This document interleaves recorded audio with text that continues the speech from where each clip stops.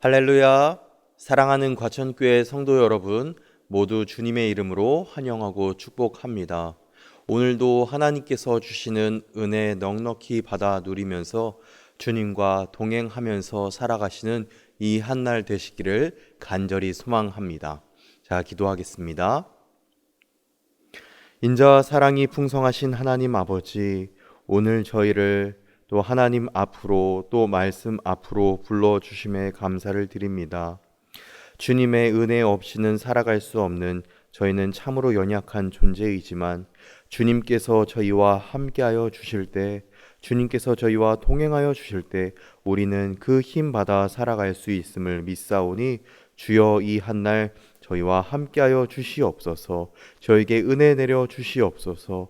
주님 저희에게 그 인자와 자비를 베풀어 주시옵소서.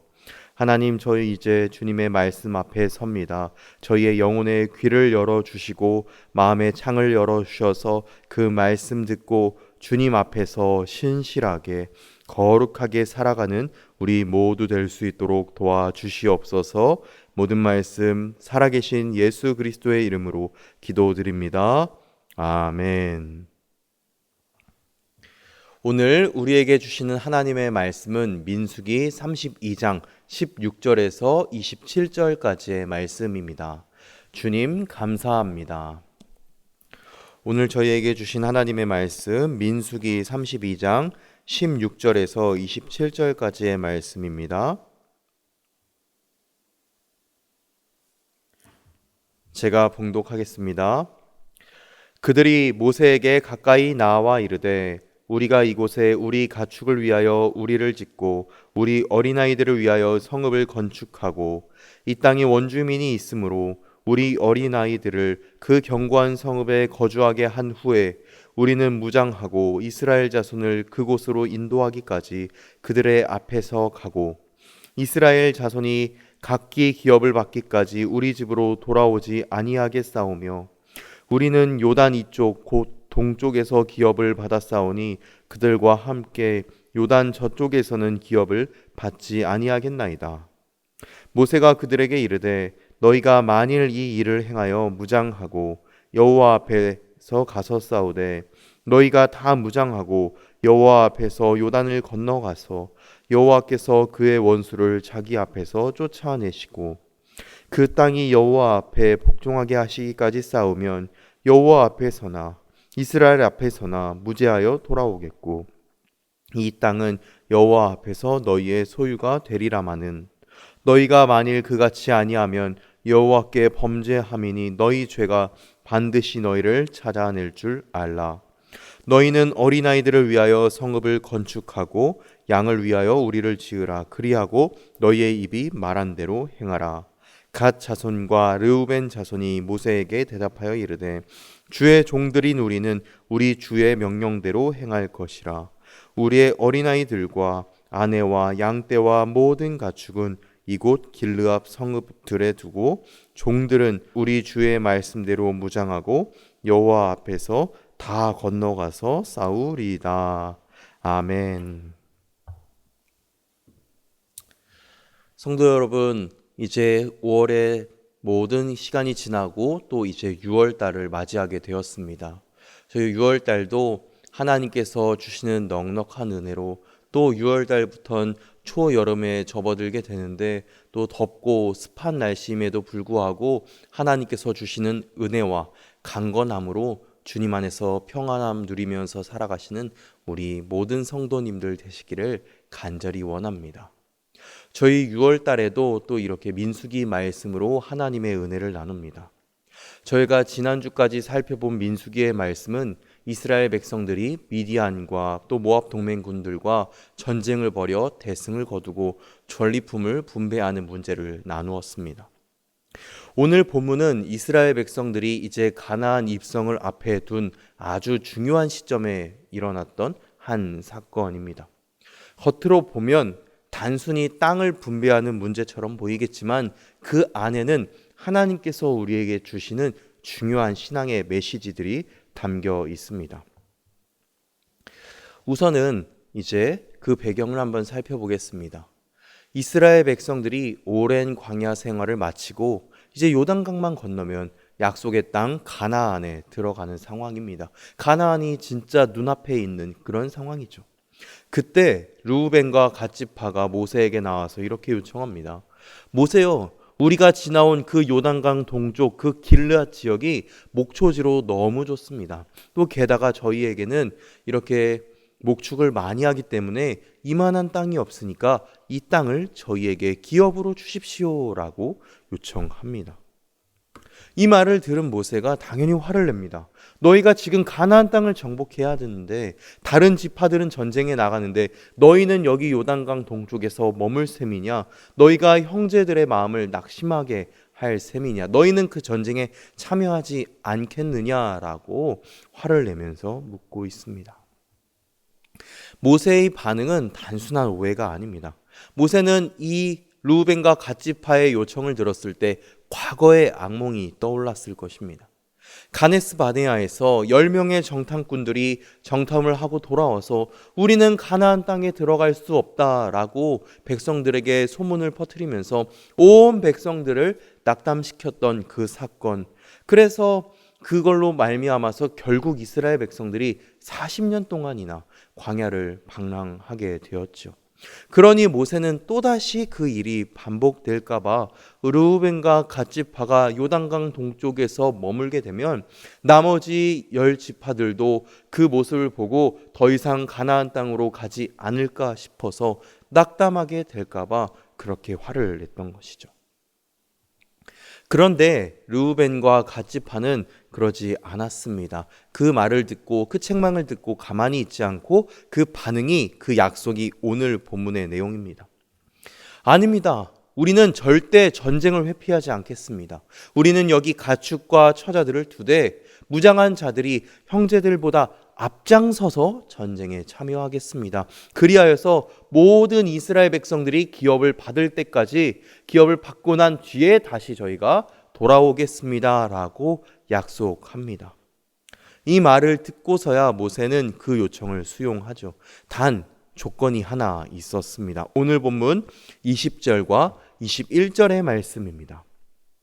모세가 그들에게 이르되 너희가 만일 이 일을 행하여 무장하고 여호와 앞에서 가서 싸우되 너희가 다 무장하고 여호와 앞에서 요단을 건너가서 여호와께서 그의 원수를 자기 앞에서 쫓아내시고 라는 말씀입니다.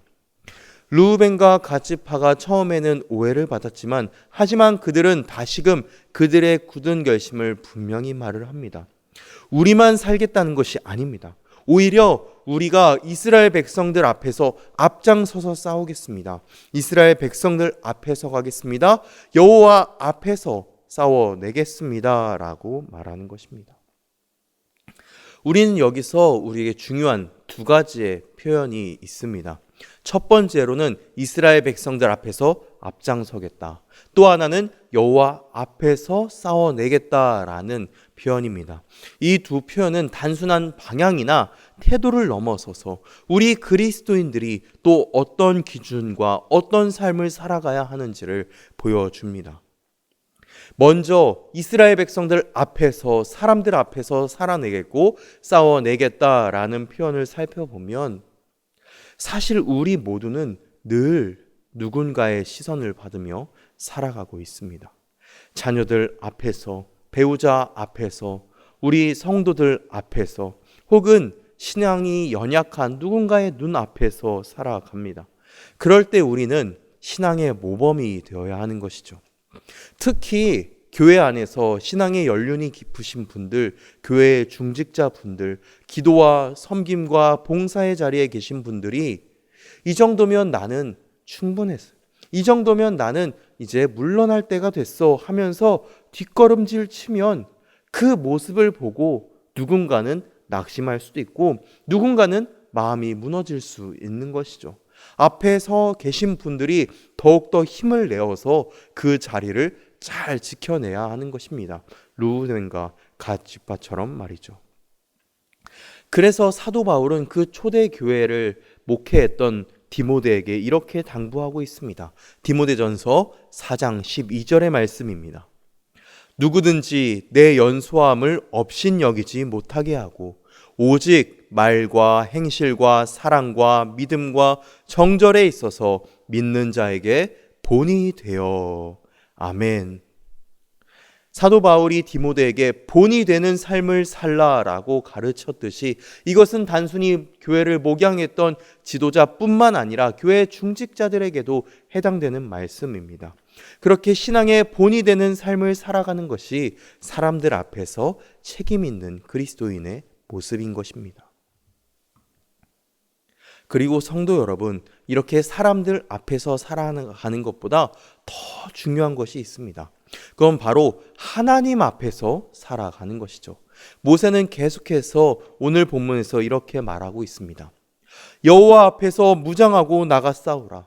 여호와 앞에서 흠이 없도록 하라. 여호와 앞에서 이 일을 성실히 행하라. 계속해서 모세는 여호와 앞에서, 여호와 앞에서, 여호와 앞에서 이 단어를 반복합니다. 성도 여러분, 이 여호와 앞에서, 하나님 앞에서 살아가는 것이 무엇일까요? 그건 바로 내 마음의 중심이 하나님을 향해 있고 그 주님의 시선을 의식하며 살아가는 삶을 말합니다. 우리는 살아가면서 흔히들 사람 눈치 보면서 살아갈 때가 많이 있습니다. 그런데 진짜 그리스도인은 하나님 눈치를 보는 사람, 하나님께서 무엇을 기뻐하실까? 하나님께서 무엇을 슬퍼하실까? 하나님께서 지금 원하시는 것이 무엇일까? 그것을 생각하면서 하나님 앞에서 부끄럽지 않기 위해서 말하고 행동하고 결정하는 사람, 그게 바로 하나님 앞에서 살아가는 사람입니다. 그것이 그 모습이 사무엘상 16장 7절에 나와 있습니다. 그 중심을 바라보는 하나님의 모습을 여기서 이렇게 말합니다. 여호와께서 사무엘에게 이르시되 그의 용모와 키를 보지 말라. 내가 이미 그를 벌었노라. 내가 보는 것은 사람과 같지 아니하니 사람은 외모를 보거니와 나 여호와는 중심을 보느니라 하시더라. 아멘. 우리의 중심을 보시는 그 하나님, 성도 여러분, 우리 신앙생활의 성패는 중심의 문제입니다.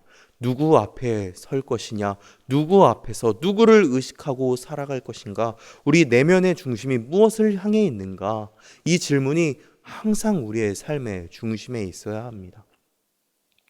르우벤과 갓집파는 그렇게 사람들 앞에서 책임을 다하겠다고 말했고 하나님 앞에서 그 중심을 지켜나가면서 자신들의 약속을 지키겠다고 결단했습니다.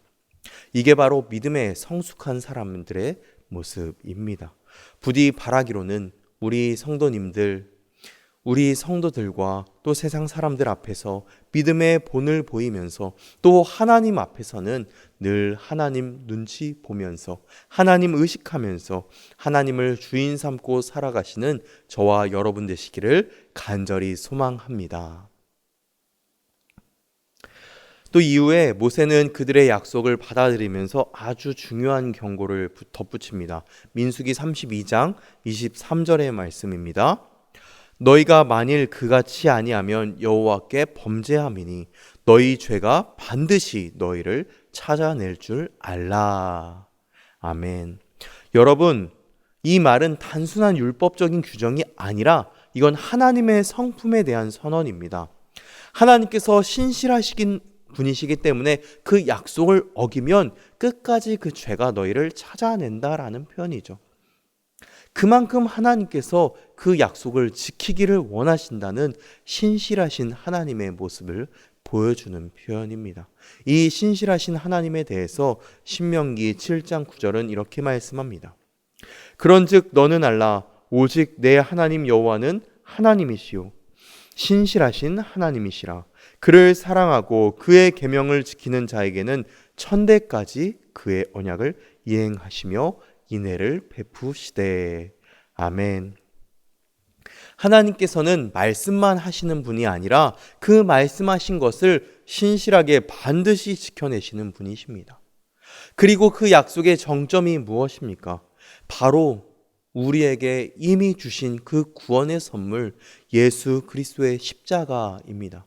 하나님께서는 수천 년 전부터 인류를 구원하시겠다고 약속하셨고, 그리고 예수 그리스도를 이 땅 가운데 보내주셔서 그분께서 십자가에 달리심으로 우리를 죄에서 건지시고 우리에게 새 생명을 허락하여 주셨습니다. 그렇기 때문에 이 십자가는 하나님의 사랑일 뿐 아니라 하나님의 신실하심의 결정체인 것입니다. 하나님께서는 약속하신 그 모든 것을 시간이 걸리더라도 우리의 눈으로 보기에는 당장은 그것이 응답되지 않게 보이더라도, 사람의 실패가 있더라도 반드시 그 약속을 이뤄내시는 분이심을 믿으시기를 간절히 소망합니다. 그렇다면 우리는 그런 하나님 앞에서 어떤 자세로 살아가야 할까요? 우리 또한 하나님 앞에서 신실하게 살아가야 합니다. 하나님께서는 우리가 완벽하게 살아가는 것을 요구하시는 분은 아닙니다. 하지만 하나님께서는 우리가 진실함과 성실함을 그렇게 살아가길 원하십니다. 그렇기 때문에 신실함은 멋진 말보다 또 작은 일을 꾸준히 지켜내는 삶 속에서 드러나는 것입니다. 내가 주님 앞에 드린 그 기도의 시간을 꾸준하게 지켜내는 것, 또 작더라도 맡겨진 자리를 꾸준히 묵묵히 섬겨 나가는 것, 또 말없이 다른 사람들을 위해서 기도하고 품어주면서 하나님의 마음으로 살아가는 것, 그런 삶들을 하나님께서는 기뻐하시고 기억하시고 반드시 은혜로 갚아주시리라 믿습니다. 사랑하는 성도 여러분, 말씀을 정리하겠습니다. 오늘 본문의 이 말씀은 단순한 땅 분배의 문제가 아니라 이 말씀은 앞서 말씀드렸듯 그리스도인들의 그 삶의 방향과 태도를 묻고 있습니다. 우리가 누구 앞에 설 것이냐? 무엇을 지키며 어떻게 살아갈 것인가? 하나님께서는 오늘도 우리를 그렇게 부르십니다. 내가 신실하였던 것처럼 너희도 신실하게 나의 앞에서 살아가라. 이 말씀 가슴 깊이 새기시며 사람들 앞에 본이 되시고 하나님 앞에서 신실하게 살아가시는 이 한날 그렇게 살아가시는 저와 여러분 되시기를 간절히 축원합니다. 기도하겠습니다. 전능하신 하나님 아버지, 오늘 우리에게 신실하신 하나님의 그 사랑 보여주심에 감사드립니다. 주님께서 우리를 구원해 주신 그 예수 그리스도의 십자가 사랑 기억할 때 하나님께서는 정말로 지금도 신실하게 일하고 계시는구나, 지금도 우리의 삶 가운데 우리를 버리지 않으시구나, 그것을 우리가 느낄 수 있습니다. 경험할 수 있습니다. 그 하나님의 신실하심 기억하며 우리 또한 신실함으로 살아가게 하여 주시옵소서. 무엇보다 하나님 앞에서 사람들 눈치 보지 않고 하나님 눈치 보면서 하나님께서 무엇을 기뻐하실까? 하나님께서 무엇을 원하실까? 그렇게 하나님을 중심에 두고 살아가는 삶 되게 하여 주시옵소서. 오늘 이 한날 그런 삶 살아가길 원하오니 주여 저희에게 은혜 위에 은혜를 더하여 주시옵소서. 이 모든 말씀 살아계신 예수 그리스도의 이름으로 기도하오며 복을 빕니다. 지금은 우리 주 예수 그리스도의 은혜와 하나님의 지극하신 사랑하심과 성령 하나님의 교통하심이 하나님 앞에서 또 하나님을 신뢰하며 하나님 앞에서 신실하게 살아가기로 결단한 과천교회 모든 성도들 가운데, 그 모든 가정들 가운데, 삶의 자리자리 가운데 이제로부터 영원까지 함께 하시기를 간절히 축원하옵나이다. 아멘.